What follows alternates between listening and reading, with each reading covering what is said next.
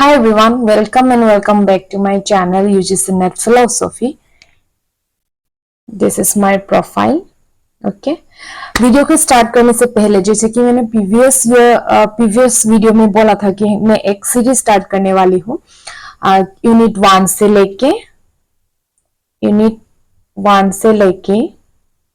Unit 10 तक, और हर एक यूनिट की जितना भी टॉपिक है, हर एक टॉपिक को हम अच्छे से डीपली स्टडी करेंगे विथ हम पीवाईक्यूज भी कंप्लीट करेंगे एक साथ ही। जैसे कि एक यूनिट पढ़ लिया, फॉर एग्जांपल वेद एंड उपनिषद पढ़ लिया, इस टॉपिक का हर एक मेन पॉइंट को डिस्कस करेंगे, हम स्टडी करेंगे, उसके बाद उसके पीवाईक्यू सॉल्व करने की कोशिश करेंगे।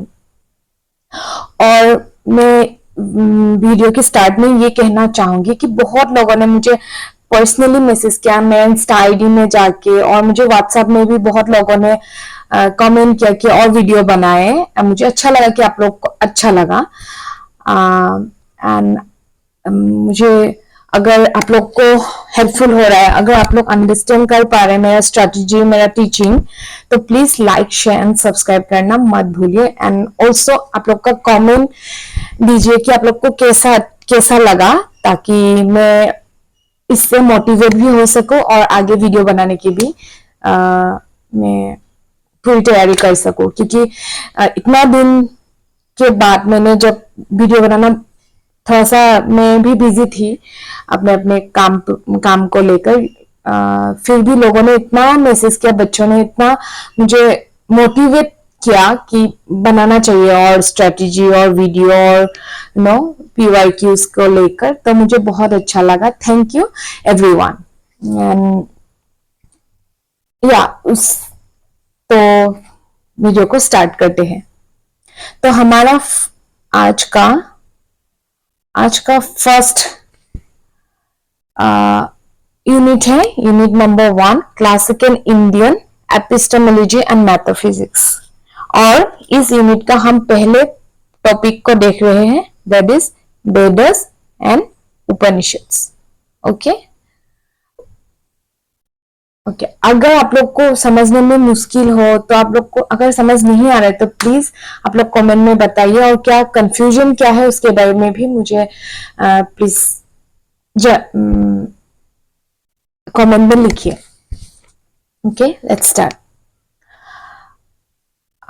Veda and Upanishads. The Vedas and Upanishads are both foundational religious scriptures of Indian philosophy. So इसका मतलब क्या है? इंडियन फिलोसफी कहां से ओरिजिन हुआ था? That is Vedas and Upanishads, right? तो except atheist system of Indian philosophy, all the atheist system of Indian philosophy originated from Vedas and Upanishads. Okay, next point. The Vedas. Okay, the Vedas. Okay, यहाँ पे मैंने point का थोड़ा सा confuse हो गया, यहाँ पे 2 होना चाहिए था, कोई बात नहीं, आप लोग समझ लेंगे शायद। हाँ, तो पॉइंट नंबर यहां से स्टार्ट करते, यहां तक ये पढ़ लिया। Okay, the Vedas focus on God and elaborates sacrifices and ritual which makes Brahman as supernatural। इसका मतलब है वेद में किसके बारे में डिस्कस किया जाता है? गॉड के ऊपर, और सेक्रीफाइस और रिचुअल्स फॉर गॉड को कैसे हम सेक्रीफाइस कर सकते, गॉड के लिए हम क्या क्या सेक्रीफाइस कर सकते हैं, क्या क्या रिचुअल्स है, to understand, to realize the Brahman, the whole thing. ये सब बातें कहां पे डिस्कस किया जाता है? वेदस में। ओके, कंफ्यूज मत होइए।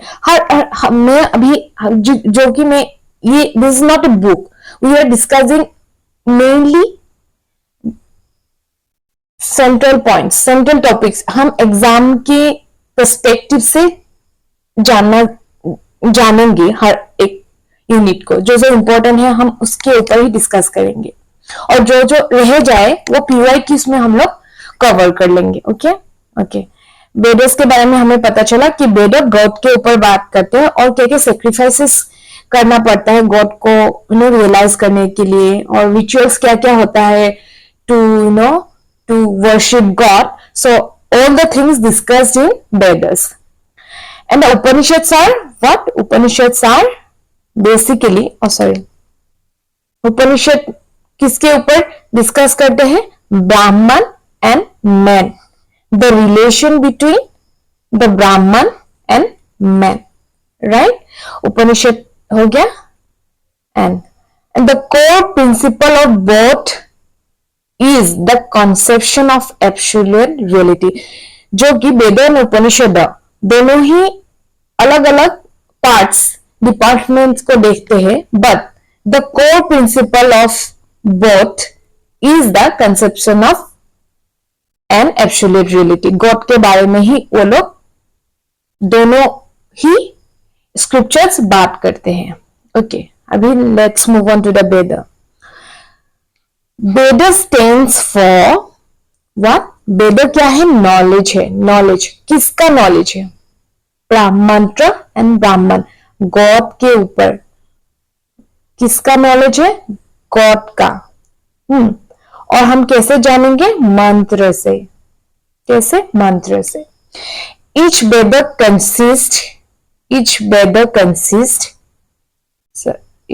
consists four parts, that is Samhita, the Brahmana, Aranyaka, Upanishads। या तो संहिता क्या है? हिम्स है। यहाँ पे मंत्र के बारे में डिस्कस करते हैं। हर एक वेदों की फोर पार्ट्स है। फॉर एग्जाम्पल जैसे कि वेदों कितना है? 4 वेद है, ऋग, साम, यजुर एंड अथर्वा। ऋग वेदों में 4 पार्ट्स है, साम में 4 पार्ट्स है, राइट? यही संहिता, ब्राह्मण, आरण्यक एंड उपनिषद। क्लियर? तो संहिता को हम लोग कैसे जानते हैं? संहिता में क्या होगा? हिम्स। अभी देखिए, ये जो पार्ट्स के बारे में बोला एग्जाम में एकदम सीक्वेंस में आप लोग को लिखने को आते हैं, तो प्लीज संहिता के बाद क्या आता है? ब्राह्मण, उसके बाद क्या? आरण्यक, उसके बाद क्या? उपनिषद। इसके ऊपर कोई गलत नहीं होना चाहिए।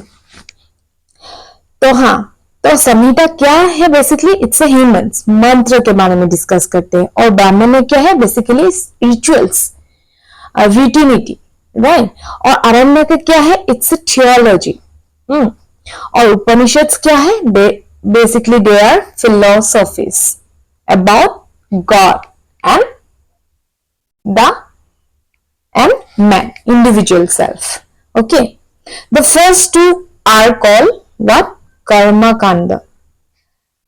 Samhita and Brahmana are called Karma Kanda because they focus on karma, actions, right? And the last two are called Jnana Kanda because Aranyaka and Upanishads basically it's about knowledge, Gyan, right? So, according to ancient sages or priests, there is no author of the Veda. Veda का कोई author और writer नहीं है. That's why it's called अपरुषेय। कभी कभी exam में आता है कि वेद आर परुषेय, अपरुषेय। ये इसलिए मैं सिर्फ मेन पॉइंट लोग को ही डिस्कस कर रही हूँ और एग्जाम की पर्सपेक्टिव से ही मैं देख रही हूँ, तो इसके लिए आप लोग को ये बहुत इंपॉर्टेंट है। और आगे जाके जितना भी वीडियो बनाएंगे मैं हर एग्जाम की पर्सपेक्टिव से ही बनाऊंगी। जहां कुछ भी अननेसेसरी चीजें, अननेसेसरी टॉपिक हम डिस्कस नहीं करेंगे, right? And Vedas are revealed through what? Shruti.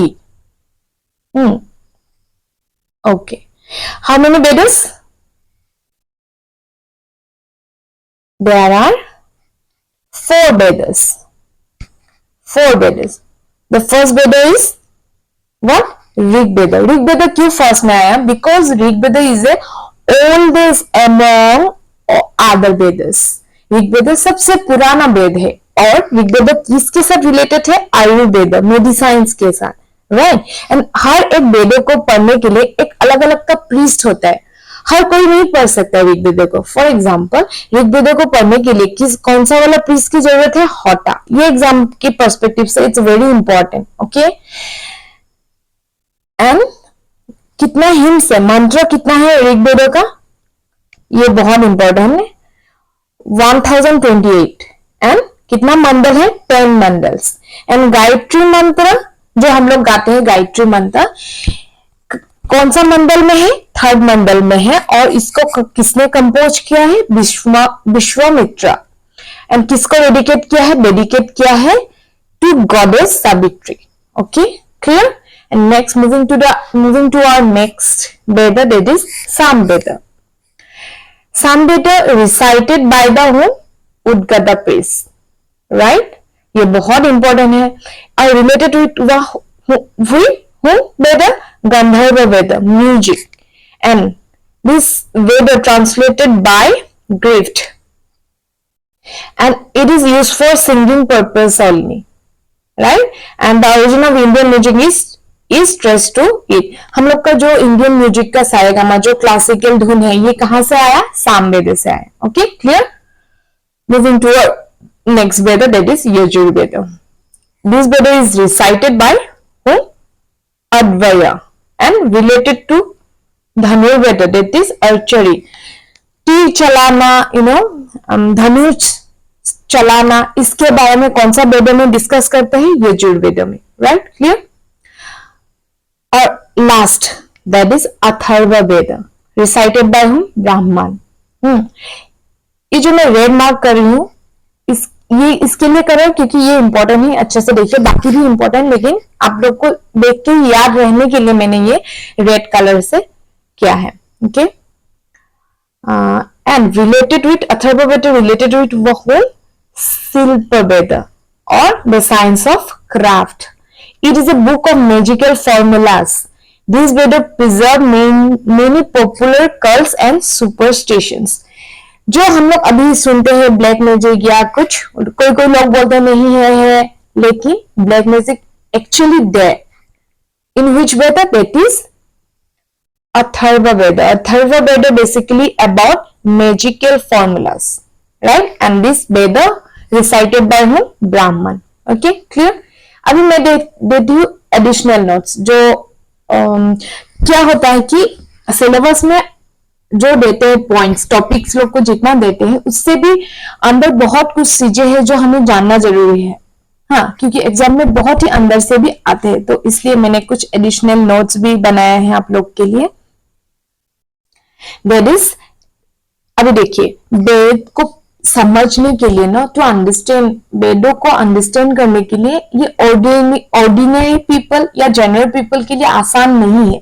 इसके लिए वेदों को 6 भाग में डिवाइड किया, okay.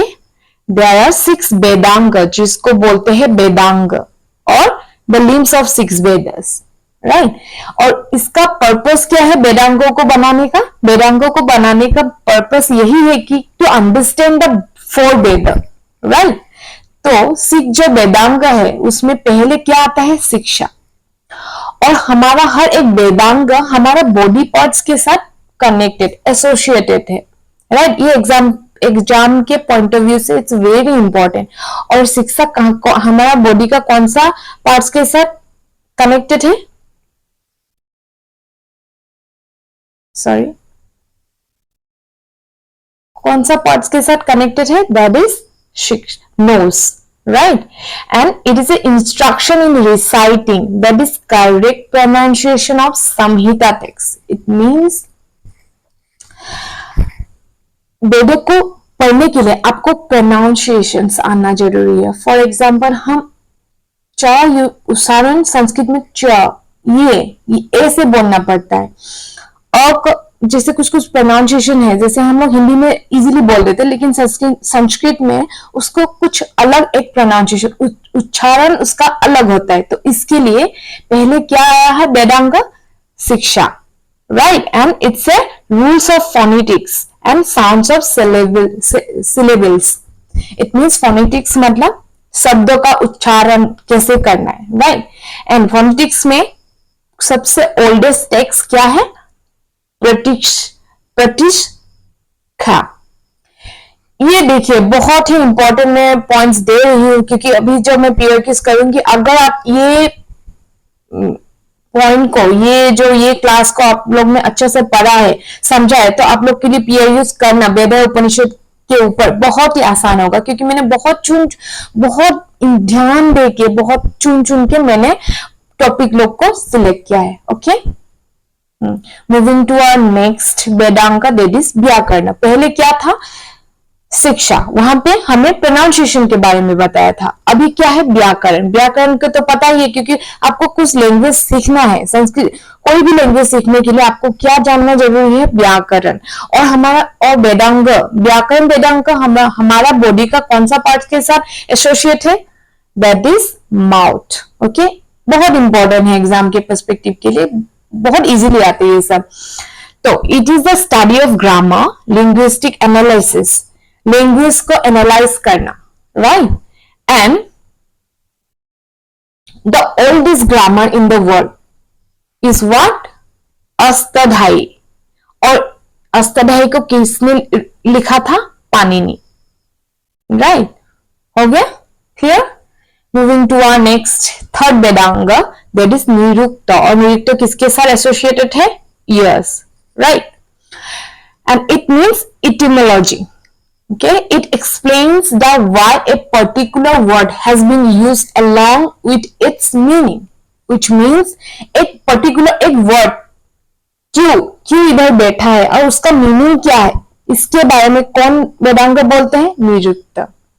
Okay, moving to our next Vedanga, that is Chandra. और ये कौन सा बॉडी पार्ट्स के साथ एसोसिएटेड है? Feet. Okay, it is designed for the purpose of securing the proper reading of Vedic text. Okay, for example, poetic meter, right? For चंद्र वेदांग में क्या सिखाया जाता है कि आप जो एक वर्ड है, जैसे कि जितना होना है उसी हिसाब से ही वेद में है, और उसके बारे में ही ये चंद्र वेदांग में बोला गया है, राइट। और चंद्र वेदांग का चंद्र सूत्र को किसने लिखा है? पिंगलाचार्य में। ये सब बहुत इंपॉर्टेंट है, बहुत ही इंपॉर्टेंट है। Let's move on to our next Vedanga, that is Kalpa. और किसके साथ एसोसिएटेड है? हैंड्स के साथ। Kalpa means intend for the proper application of Vedic texts. Talks about practical aspects of Veda, that is yajna or sacrifices, and rituals. Rules related to rituals. So Kalpa is basically about what? Sacrifices, yajna, sacrifices, rituals के बारे में discuss करते हैं। Okay, moving to our last Vedanga, that is Jyotishya. और इससे किससे related है? Body parts, आई के साथ। Knowledge of heavenly bodies necessary for fixing days and hours for Vedic sacrifices. It is basically for astronomy. ज्योतिष्य अभी जो बहुत फेमस ही हो रहा है, एस्ट्रोलॉजी जो अभी बहुत ही फेमस हो रहा है, एस्ट्रोलॉजी अभी इन कुछ सालों से, तो ये इसके बारे में हमारा कौन सा वेदांग में डिस्कस करता है? ज्योतिषा में, right. It's basically about what? Movement of planets, right, sun, moon, earth, right, and या next move on to our next point, that is concept of Rita. देखिए अभी रीटा के बारे में जब आप क्वेश्चन में आएंगे तो कुछ वर्ड आपको थोड़ा ध्यान देना पड़ेगा। For example, it is also represent as law. Rita को law, commandment, order, sacrifice, truth, regularity etcetera बोल के भी रिप्रेजेंट बोला जाता है, राइट। एंड कॉलेस रीटा को क्या बोल के बोला जाता है? कॉस्मिक ऑर्डर, डिवाइन, ह्यूमन विलियंस, okay. And it is also known as law of Varuna. It means course of thing. ये मैं जो जो लिख रहा हूं अमेंडमेंट पॉइंट को, ये एग्जाम के पर्सपेक्टिव से it's very important, okay. Next कौन सा पॉइंट रह गया? Rita is the only reason for movement of sun, moon, stars and the alternation of day and night. तो इसका मतलब क्या है? Movement of sun, moon, stars, day night जो चेंज होता रहता है, उसका ओनली रीजन क्या है? रीटर। रीटर के वजह से ही ये सन मून मूव कर पाते हैं, और डे नाइट क्या होता है? ऑल्टरनेट होते हैं, राइट, अकॉर्डिंग टू वैदिक एरिया। और रीटर किसके, कौन सा वेद के साथ कनेक्टेड थे?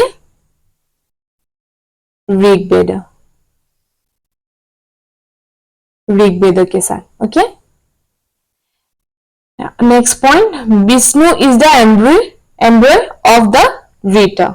It is the law of morality and righteousness and it is identified with what? Satya and dharma. ये सब वर्ड्स, ये जो ये बहुत इंपॉर्टेंट है, कभी कभी बहुत कंफ्यूज करने के लिए आपको दे सकते हैं। सत्य देंगे क्वेश्चन में, धर्म एंड बोथ सत्य एंड धर्म या राइट, तो उसका असली आंसर होगा सत्य एंड धर्म। ऑलरेडी हम प्रीवियस क्लास में जब हम PIQs कर रहे थे तब रीटा के बारे में थोड़ा बहुत तो डिस्कस किए थे, लेकिन यहाँ पे हम डिटेल्स डिस्कस करेंगे, okay. Moving to our next point, that is it is the moral, natural and sacrificial order of the world. अब मेन पॉइंट, अभी आप लोग को कंफ्यूज करने के लिए रीटा का क्वेश्चन में दे सकते हैं कि it's a moral order of individual, but it is not a moral order of individual, okay. It is a moral order of what? World. Is a particular, individuals के लिए नहीं है ये ऑर्डर, ओके। ये बहुत इंपॉर्टेंट है, आप इसको समझ के जाइए एग्जाम में, okay. Moving to our next point, that is सेंसी, the centrality of the institution of yajna. अभी देखिए, यज्ञ के बारे में हम शायद 3 या 4 यूनिट में हम डिस्कस करेंगे, बट फिर भी हम इधर में भी अच्छे से डिस्कस कर लेते हैं। It is also known as what? Yajna को क्या बोल के जाना जाता है? सेक्रीफाइस बोल के। और this is the only way, this is the way. यज्ञ क्या है? सेक्रीफाइस क्या है? वे, रास्ता है to save the worldly creature. जो क्रिएचर है सृष्टि में, वर्ल्ड में जो क्रिएचर है, उसको बचाने के लिए यज्ञ किया जाता है। फ्रॉम नेचुरल हजार्ड, जो प्राकृतिक दुर्घटना है उनसे बचने के लिए क्या किया जाता है? यज्ञ किया जाता है, okay. Moving to our next point, yajna has 3-4 meaning of worship, deities, unity and charity. Exam के ये बहुत आते हैं। The fire is important in yajna. Yajna में आपको फायर की जरूरत है, राइट। एंड यज्ञ क्यों किया जाता है? कौन किया जाता है? किसके द्वारा यज्ञ को किया जाता है? किसके द्वारा? गृहस्थ और हाउस होल्डर, जो कि हमको ऑलरेडी, आप लोग को नहीं पता है तो मैं बोल दूं कि 4 आश्रम है। क्या क्या है? ब्रह्मास्त्र,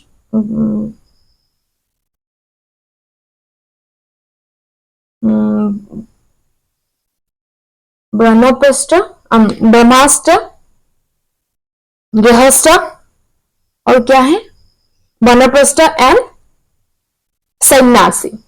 और जो सेकेंड वाला है हाउस होल्डर, गृहस्थी। गृहस्थी लोग क्या परफॉर्म करना पड़ता है? यज्ञ को परफॉर्म करता है टू रिपे व्हाट? देव ऋण। ऋण कितना है? 3 पितृ, देव एंड गुरु ऋण। देव ऋण को रिपे करने के लिए हाउस होल्डर लोग ये 5 यज्ञों को परफॉर्म करना पड़ता है। एंड व्हाट आर these 5 यज्ञs? That is first what? ब्रह्म यज्ञ। ब्रह्म यज्ञ is also known as what? ऋषि यज्ञ। And householders should study Veda every day in the ब्रह्म यज्ञ, okay? Moving to our next यज्ञ, that is पितृ यज्ञ। पितृ यज्ञ में क्या करना पड़ता है? पितृ यज्ञ basically for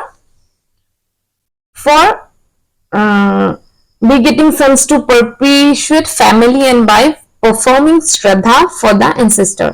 इसका मतलब है बच्चा बच्चा मिलने के लिए और अपने एंसेस्टर, अपने पूर्वजों को श्रद्धा देने के लिए पितृ यज्ञ करना पड़ता है in the Vedic, according to Vedic Veda. The third yajna is Deva Yajna. Third yajna is Veda Yajna, right? Is known as अग्निहोत्र यज्ञ because देव यज्ञ में क्या की जरूरत होती है? Very important for fire is very important for Deva Yajna. That's why it's called Agnihotra Yajna. And Deva Yajna में कौन से गॉड को माना जाता है? अग्नि, इंद्र, समा and Prajapati. Right? Moving to our next yajna, that is Atithi Yajna. Atithi Yajna performed for the benefit of guest. Right? क्या बोलते हैं? अतिथि देवो भव जो बोला जाता है, तो अतिथि यज्ञ, अकॉर्डिंग टू अतिथि यज्ञ, गेस्ट आर देव एंड ये यज्ञ perform for the benefit of guest. Moving to our last yajna, that is Bhuta Yajna, and this yajna is only for animals. The performance of this yajna required of a person that he should take food only after giving a part of it to Agni and dog, cow, etc. For example, इसका मतलब ये है कि ये यज्ञ perform करने के लिए आपको खुद खाने से पहले गॉड या एनिमल्स लोग को देना पड़ता है. Okay, this yajna performed for the benefit of animals or other. Moving to our next point, that is Upanishad. अभी हम लोग वेद के बारे में हर जो इम्पोर्टेंट टॉपिक है डिस्कस कर लिए हैं, आगे भी डिस्कस करेंगे अलग अलग यूनिट में. But for the first unit के लिए, फर्स्ट टॉपिक के लिए हम लोग ने डिस्कस कर लिया. अभी डिस्कस करते हैं उपनिषद के बारे में. Okay, going to our next point, that is Upanishads.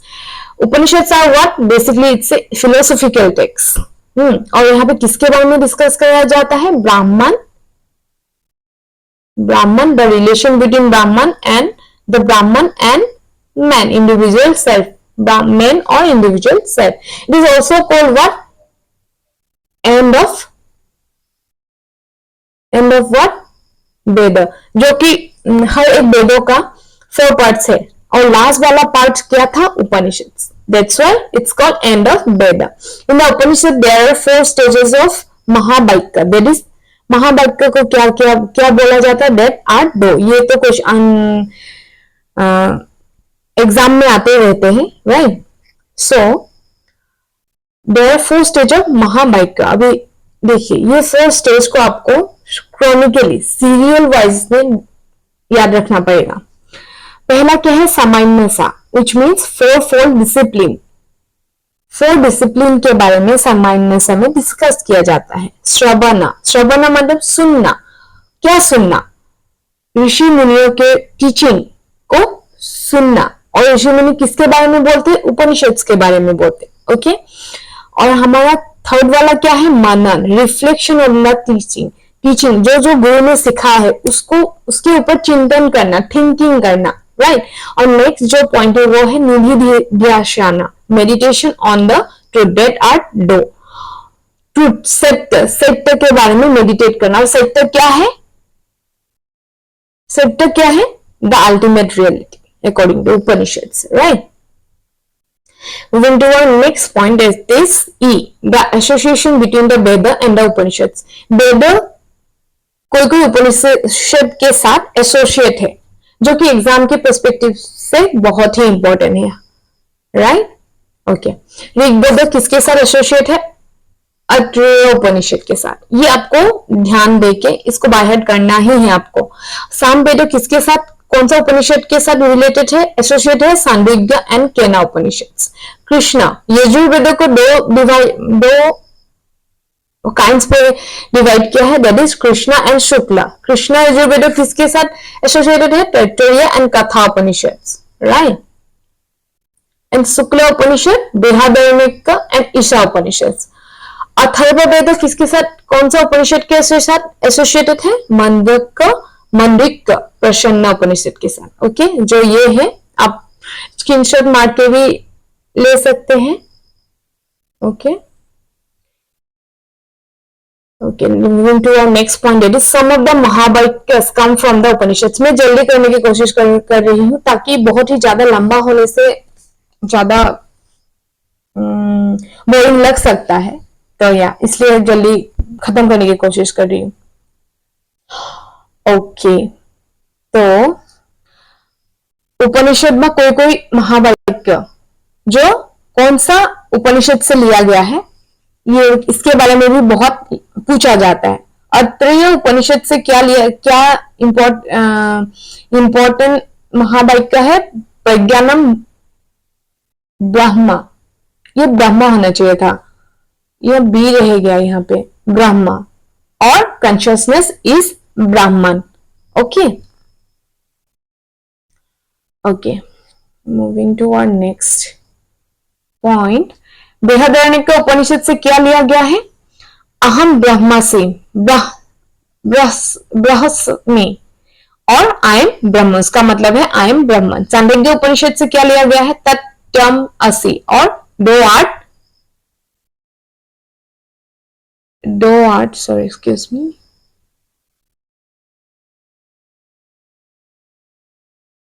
दो आर्ट डेट आर दो, ये डेट होना चाहिए था, ये डेट होना चाहिए था, ये वाला, ये दो नहीं होना चाहिए था, ये डेट होना चाहिए था, एंड डेट आर दो। ओके, मांडव्य उपनिषद से क्या लिया गया है? आई एम आत्मा ब्रह्मा, और दिस आत्मा इज ब्राह्मण। ओके, आपको जो ये सीक्वेंस है इसको अच्छा से ध्यान देके याद रखना है। Okay, moving to our next point, that is the theories of creation. इस थ्योरी ऑफ क्रिएशन में अगर इंपॉर्टेंट कुछ है, that is Hiranyagarbha was considered as the creator of the world according to Vedic era. Okay, and also Hiranyagarbha is also called वो प्रजापति। अगर भी theories of creation में अगर कुछ इंपॉर्टेंट पीवाईक्यूज आए और कुछ कुछ हो गए तो हम पीवाईक्यूज में डिस्कस करेंगे। Okay, moving to our next point, that is atman, self.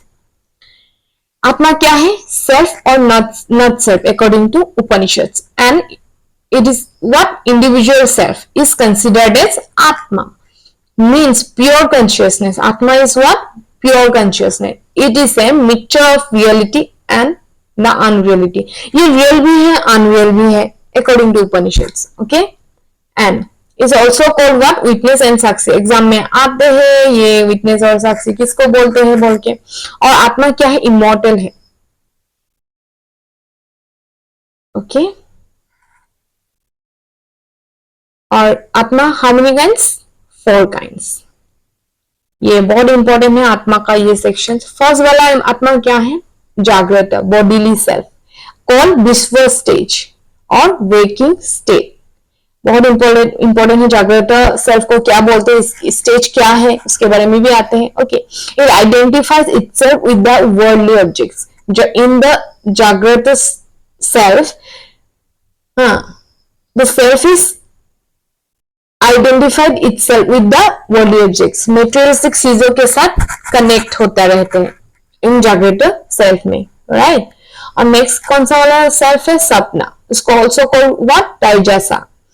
It's a dream stage and the objects are framed by the mind independently. It's a dream stage. क्या? सपना स्टेज है, ये सपना देखने का स्टेज है, ये सेल्फ है। तो इस सेल्फ में माइंड अपने हिसाब से चीजों को फ्रेम करते हैं। जैसे कि सपने में हम लोग कुछ भी देखते हैं, हमारा माइंड जैसे दिखाना चाहते हैं वही देखते हैं। तो या सपना स्टेज में क्या करता है? माइंड इंडिपेंडेंटली चीजों को, ऑब्जेक्ट्स को फ्रेम करते हैं अपने हिसाब से। Okay, moving to our next self, that is susupti, which is also called pragya. It is what? It is dream sleep stage, right? No consciousness, nothing. It is only deep sleep stage. कभी कभी ऐसा होता है कि हम लोग सो के उठते हैं और ऐसा लगता है कि कुछ भी सपना नहीं देखा आज, और बोलते हैं कि इतना अच्छे से सोया आज, कुछ भी पता नहीं चला। That stage is called susupti according to Upanishad, deep sleep stage. Okay, and the fourth state self, what? Turiya. अद्वयस को क्या कहा जाता है? अद्वय। ये जो मैं ब्रैकेट्स में दे रही हूं ऐसे नहीं दे रही हूं, ये अद्वया और क्या रहेगा, ये जो ब्रैकेट में दे रही हूं मैं, ये सब आर वेरी इंपॉर्टेंट। ओके, आप लोग ऐसे मत सोचिए। अगर जो फर्स्ट टाइम है जिन्होंने दिया ये एग्जाम, तो उन लोग के लिए तो पता ही है कि ये इंपॉर्टेंट है। जो पुराने स्टूडेंट है, जो नए स्टूडेंट है, वो एक भी वर्ड को इग्नोर मत कीजिए। Okay, it is the deep sleep stage, also realized from intuition. पहले वाला भी स्टेज क्या था? अभी कंफ्यूज मत होइए। हाँ, सुसुप्ति भी डीप स्लीप स्टेज ही है, but with no consciousness, right. लेकिन टूरिया है deep sleep stage with what? It's a pure consciousness and it is realized from one intuition से हमें ये स्टेज के बारे में पता चलता है। Okay, okay, moving to our next point, that is Brahman. Okay, Upanishads considered one reality with two aspects, that is Brahman. Upanishad only one reality के बारे में डिस्कस करते हैं, और एक रियलिटी का कितना एक्सपेक्ट है, पार्ट साइड है, दैट इज टू। व्हाट? निर्गुण एंड सगुण। निर्गुण को क्या बोलते हैं? हायर, और परब्रह्म इज कंसिडर्ड, इस रह गया इधर में। ओके, ब्राह्मण हैज टू एस्पेक्ट्स, निर्गुण एंड सगुण, राइट। निर्गुण को क्या बोलता है? हायर और परब्रह्म। सगुण को क्या बोलता है? लोअर और लोअर एंड अपर ब्रह्म। ये डिवीजन हम वेदांत में भी देखने को मिलते हैं, राइट। ब्रह्म के बारे में, ब्राह्मण के बारे में हम वेदांत फिलोसफी में भी देखने को मिलते हैं, क्योंकि Vedanta philosophy inspired by Upanishads, completely inspired by